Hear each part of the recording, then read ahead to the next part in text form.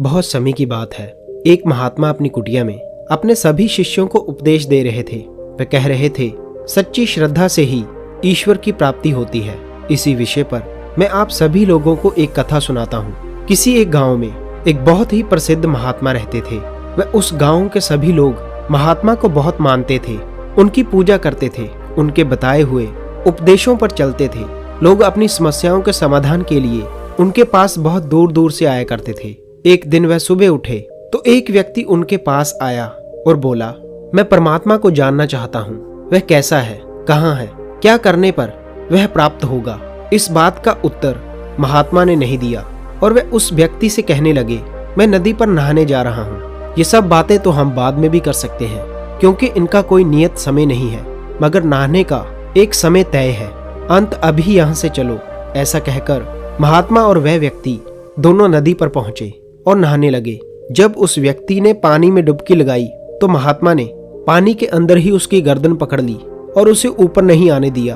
वह व्यक्ति संकट में पड़ गया और सोचने लगा कि इनकी इतनी खासियत सुनी थी और ये समस्या सुलझाने के स्थान पर मुझे ही मारना चाहते हैं। मैंने तो इन्हें संत समझा था, एक महात्मा समझा था, मगर ये तो हत्यारे निकले। वह व्यक्ति सोचने लगता है कि अब मैं महात्मा से अपनी जान को कैसे बचाऊं।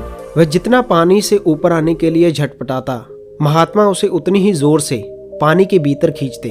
थोड़ी देर तक यह खींचातानी चलती रही। उसके बाद महात्मा ने उस व्यक्ति की गर्दन को छोड़ दिया। उस व्यक्ति ने पानी से बाहर आकर चैन की सांस ली और महात्मा से उनके इस कृत्य को लेकर झगड़ने लगा।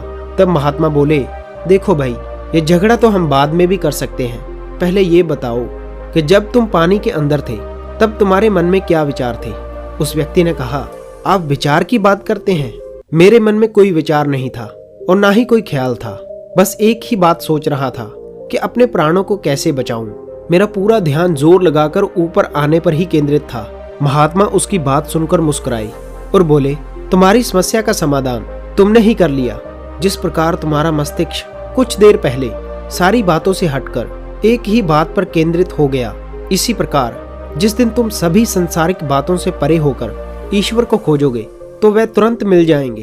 ये सारी बातों को सुनकर व्यक्ति को समझ में आ गया कि हम लोग सांसारिक वस्तुओं में फंसे हुए हैं। यदि हम इन सभी सांसारिक बातों को त्याग दें, वस्तुओं को त्याग दें, तो हमें ईश्वर की प्राप्ति हो सकती है। कहानी का अंत कर महात्मा शांत हो जाते हैं। सो दोस्तों, इस कहानी में इतना ही।